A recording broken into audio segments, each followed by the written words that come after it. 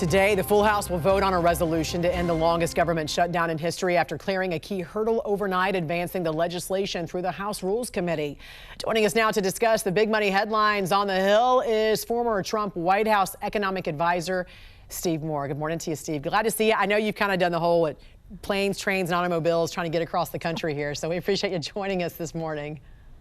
It is chaos. I have to say, I've been traveling for the last week, and I'd say, you go to the airports, it's canceled, or delayed. People are sleeping out at the airports. It's getting worse every day. So thank God this stupid shutdown looks like it's finally going to be over.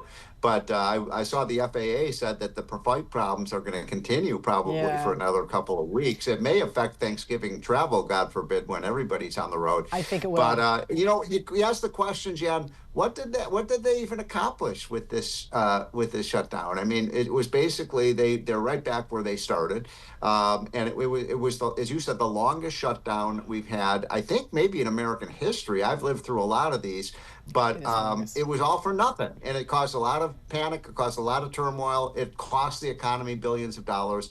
So shame on both parties for allowing this to happen. Do you think it's going to be all GOP and no Democrats in the House voting? Because, I mean, that's what Hakeem Jeffries would have you believe at this point. I assume that this vote will go forward very soon and we'll get things reopened, but you never know. I mean, there is so much clash between the two parties right now.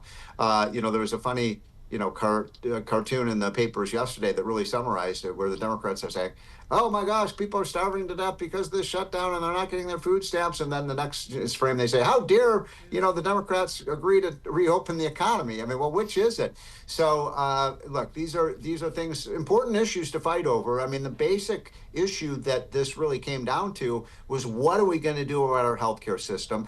I got to tell you, Jan, these costs are out of control. We just got our statement from our insurance company. Our insurance costs are going to go up 14% next year. A lot of people are looking at 20% increases in their healthcare premiums. Remember, we passed the Affordable Care Act. I would not say healthcare is very affordable today. Yeah, it was never affordable, as we know. President Trump, though, did recently float the idea of taking the money that was spent on these Obamacare subsidies and giving that to consumers to purchase their own health care. Okay, so you do like that. You think that's actually a win? Yeah. Yeah, let me give you a little of the math on that. So, the average family is paying $35,000 a year for health insurance. Now, some of that comes from the employer. Some of it comes out of the paycheck of the employees. But imagine with $35,000, you could get a catastrophic health insurance plan that would cover you for, if you had a cancer or you got in a serious injury or had a chronic disease. That's why you want insurance, to protect against those rare but expensive events. And then people could either have like a health savings account, and they could just pay right out of their health savings account for the routine expenditure. It's so interesting to me, Jan, as an economist, that the only area in the economy where we as American consumers don't ask what things cost isn't healthcare, because nobody knows the price of any of this stuff. It's almost like you don't want to know, and that's the problem. It's almost like it's kind of like you don't want to know what the dentist is doing behind you. You keep your eyes closed and you just hear it. You don't want to know really what they're doing in your mouth, right? It's one of those things. No, Ignorance is bliss. This is an important point. Hold on, because that is a really important point. And it is because you know what? If we knew what these things actually, what they were charging, we'd probably drop off our chair. I mean, you can have literally two hospitals, Jan, right down the street in Washington, D.C., where you are.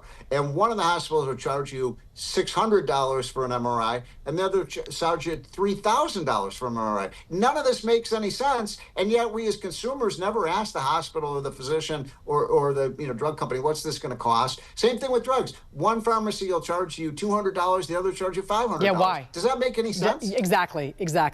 I think this is such a great point that you're making here. Also, I love a good survey. U.S. News and World Report released their annual best states ranking based on the cost of living. According to their analysis, 9 of the 10 most expensive states to live in are all blue or purple states. 10 of the lowest cost states are red states. You can see them right here at the top and the bottom. All right. I know you love these stories about, least expensive, most expensive. Talk a little bit about this very quickly.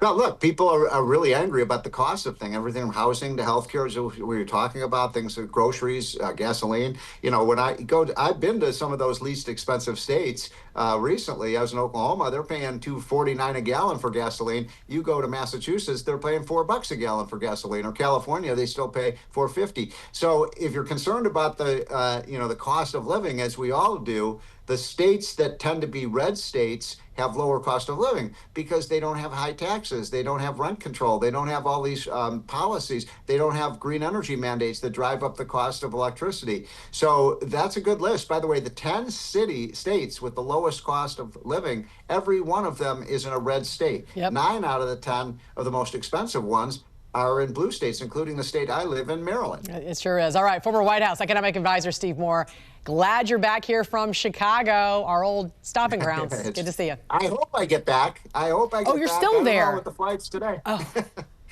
All right. Best of luck to you, my friend. Thanks for joining us.